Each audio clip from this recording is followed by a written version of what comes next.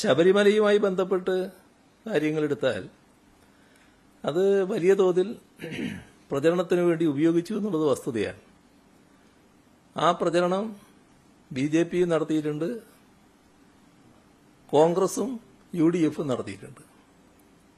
ഇവരാരാണ് കൂടുതൽ നടത്തിയതെന്ന് മാത്രമേ പരിശോധിച്ച് നോക്കേണ്ടതായിട്ടുള്ളൂ. അതിനെ ഒരു പ്രത്യേക രീതിയിൽ ഉയർത്തുന്നതിനാണ് അവർ ശ്രമിച്ചത്. പക്ഷേ ഇതിൽ വ്യക്തമാകേണ്ട കാര്യം ഇതിനോട് സംസ്ഥാന സർക്കാർ സ്വീകരിച്ച സമീപനമാണ്. സംസ്ഥാന സർക്കാരിന് ഇക്കാര്യത്തിൽ ഒരു തരത്തിലുള്ള ആശയക്കുഴപ്പവും ഉണ്ടായിരുന്നില്ല. ഏതെങ്കിലും തരത്തിലുള്ള തട്ടിപ്പുകൾ നടന്നാൽ അതെവിടെയായാലും ആ തട്ടിപ്പുകൾക്കെതിരെ ശക്തമായ നിലപാട് സ്വീകരിക്കുക എന്നുള്ളതാണ് സർക്കാരിന്റെ പൊതുവായ നിലപാട്. ഇവിടെയും അതുതന്നെയാണ് ഉണ്ടായത്. അപ്പോൾ ഈ കാര്യത്തിൽ പ്രത്യേക അന്വേഷക സംഘം വരിക എന്നതിനോട് സംസ്ഥാന സർക്കാരിനും പൂർണ്ണ യോജിപ്പാണുണ്ടായിരുന്നത്.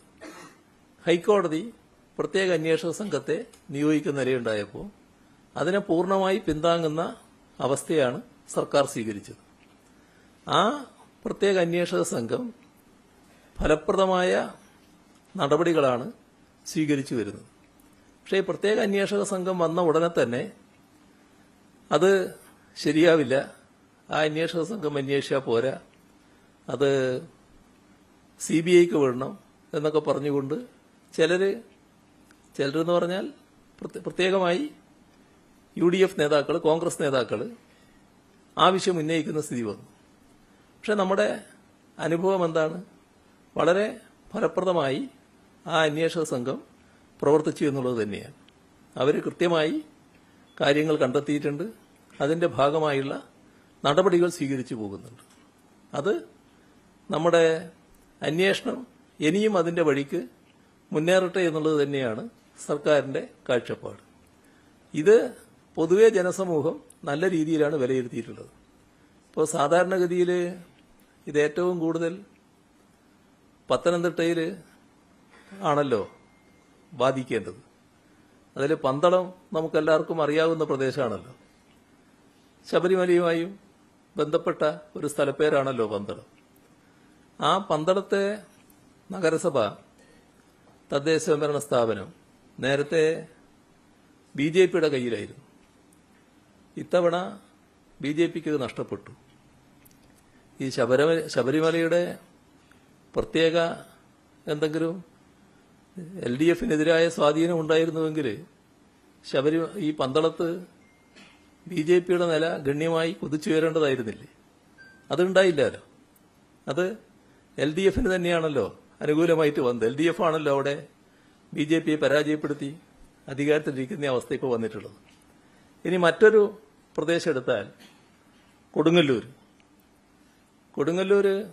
അവിടുത്തെ തദ്ദേശ ഭരണ സ്ഥാപനം, ആ നഗരസഭ നല്ല രീതിയിൽ BJP ജയത്തിനടുത്തെത്തി നിൽക്കുകയായിരുന്നു കഴിഞ്ഞ തവണ. ഒരു സീറ്റിന്റെ വ്യത്യാസമായിരുന്നു എന്നാണ് എന്റെ ഓർമ്മ. അപ്പോൾ അത്രയും അടുത്ത് ജയത്തിന്റെ അടുത്തെത്തി നിൽക്കുകയാണ്. ഇത്തവണ അവരാ തദ്ദേശ ഭരണ സ്ഥാപനം കൈപ്പിടിയിലെടുക്കും എന്നായിരുന്നു അവർ സ്വീകരിച്ച നില. പക്ഷേ കൈപ്പിടിയിൽ കിട്ടിയില്ലല്ലോ. LDF നല്ല നിലക്ക് മുന്നേറിയല്ലോ. അതല്ലേ സാധാരണഗതിയിൽ നമുക്ക് കാണാൻ സാധിക്കുന്നത്. അപ്പോൾ നമ്മുടെ സംസ്ഥാനത്ത് ഏതെങ്കിലും തരത്തിൽ ഈ പറയുന്ന പ്രത്യേക പ്രശ്നം വല്ലാതെ LDFനെ ബാധിച്ചു എന്ന് കാണാൻ നമുക്ക് കഴിയില്ല. അതാണ് കാണേണ്ടത്. മറ്റൊട്ടേറെ തദ്ദേശ ഭരണ സ്ഥാപനങ്ങൾ BJPയുടെ കയ്യിലുണ്ടായിരുന്ന തദ്ദേശ സ്ഥാപനങ്ങൾ ഇപ്പോൾ LDF ആണ് അവിടെ ഭരിക്കുന്നത്. LDFനാണ് ഭൂരിപക്ഷം കിട്ടിയിട്ടുള്ളത്. അപ്പോൾ നമ്മുടെ സംസ്ഥാനത്തുണ്ടായിട്ടുള്ള പൊതുവായ സ്ഥിതി ഇതാണെന്ന് കാണണം. എന്നാൽ പ്രധാന പ്രതിപക്ഷമായി കോൺഗ്രസ് നിന്ന ഒരു തദ്ദേശ ഭരണ സ്ഥാപനം, അതാണ് പാലക്കാട്. BJP ആയിരുന്നു നേരത്തെ അവിടെ കോൺഗ്രസ്സാണ് പ്രധാന പ്രതിപക്ഷം. അവിടെ ഇത്തവണയും BJPക്ക് തന്നെ ജയിച്ചു വരാൻ കഴിഞ്ഞിരിക്കുന്നു. കോൺഗ്രസിന് അവിടെ ഈ പൊതു അന്തരീക്ഷം ഉണ്ടായിട്ടും മുന്നേറാൻ പറ്റിയിട്ടില്ല. അപ്പോൾ നമ്മുടെ സംസ്ഥാനത്ത് BJPയെ നേരിടുന്നതിൽ ഫലപ്രദമായി പ്രവർത്തിക്കുന്നത് LDF ആണ് എന്നാണല്ലോ ഇതൊക്കെ കാണിക്കുന്നത്. നല്ല രീതിയിൽ BJPയെ സംസ്ഥാനത്താകെ അവർ കൈവശം വെച്ചിരുന്ന തദ്ദേശഭരണ സ്ഥാപനങ്ങളിൽ പരാജയപ്പെടുത്താൻ LDFന് കഴിഞ്ഞിരിക്കുന്നു. അത് വെച്ച് നമുക്ക് ഏതെങ്കിലും തരത്തിൽ ഒരു പ്രത്യേക നിഗമനത്തിലെത്താൻ കഴിയില്ല. ഇത് ശബരിമലയുടെ ഒരു പ്രതികരണത്തിന്റെ ഭാഗമായിട്ടാണ് ഇങ്ങനെയെല്ലാം സംഭവിച്ചത് എന്ന നില കാണാൻ കഴിയില്ല. വ്യത്യസ്ത കാരണങ്ങളുണ്ടാവും. അതും ചിലപ്പോൾ ഒരു കാരണമായിട്ട് കാണാൻ സാധിച്ചേക്കും ചിലയിടങ്ങളിൽ.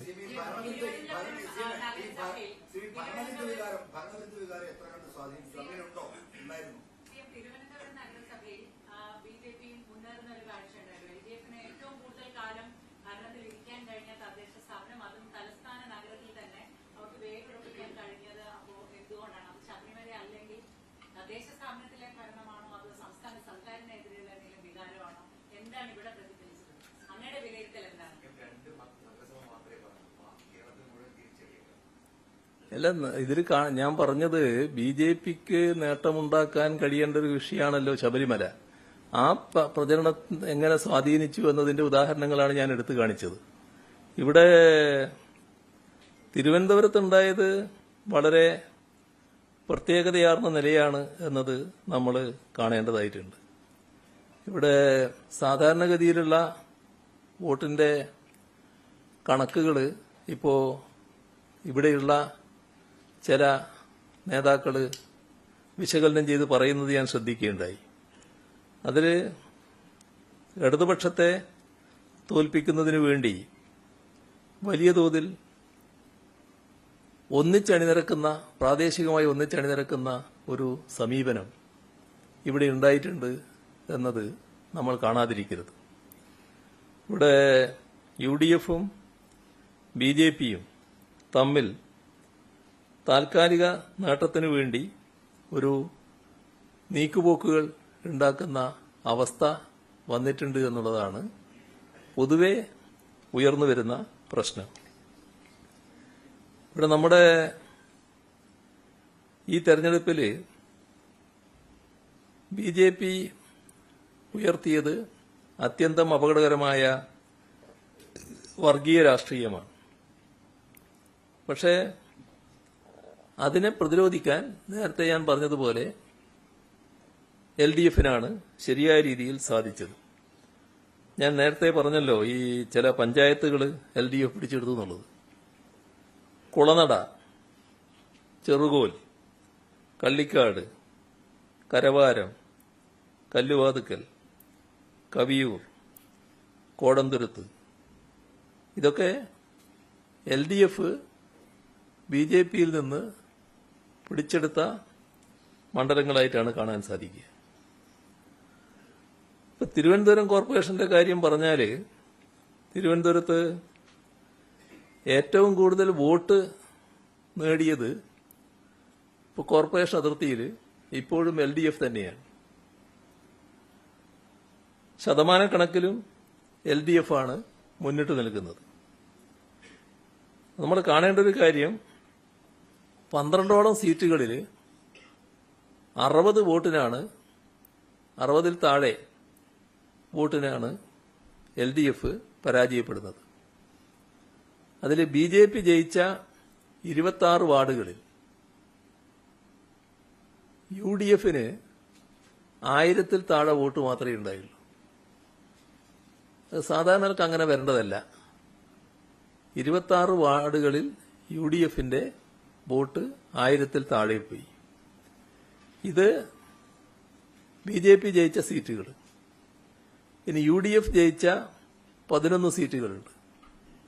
ആ 11 സീറ്റുകളിൽ BJPക്ക് 1000ൽ താഴെയാണ് വോട്ട്. അപ്പോൾ എന്തോ ഒരു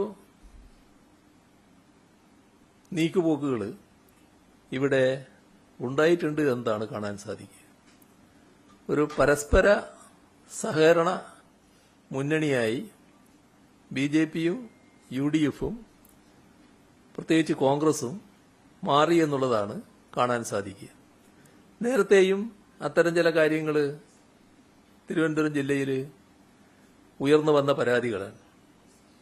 അപ്പോൾ BJPയുടെ രാഷ്ട്രീയത്തെ എതിർത്തു തോൽപ്പിക്കാൻ വേണ്ടി ശക്തമായ നിലപാട് സ്വീകരിക്കുന്നത് LDF തന്നെയാണ്. ഇത് ഒരു ഭാഗം മാത്രമാണ്. എന്നാൽ മറ്റു ചില വശങ്ങൾ പരിശോധിക്കേണ്ടതുണ്ടാവും.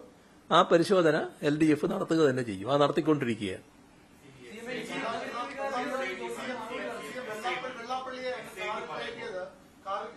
സാധാരണ വിമർശിക്കപ്പെടില്ലായിരുന്നു. പക്ഷേ അതിന് വെള്ളാപ്പള്ളി പറഞ്ഞ അറപ്പുളവാക്കുന്ന ന്യൂനപക്ഷ വിരുദ്ധ സമീപനങ്ങളുണ്ട്, പ്രസ്താവനകളുണ്ട്.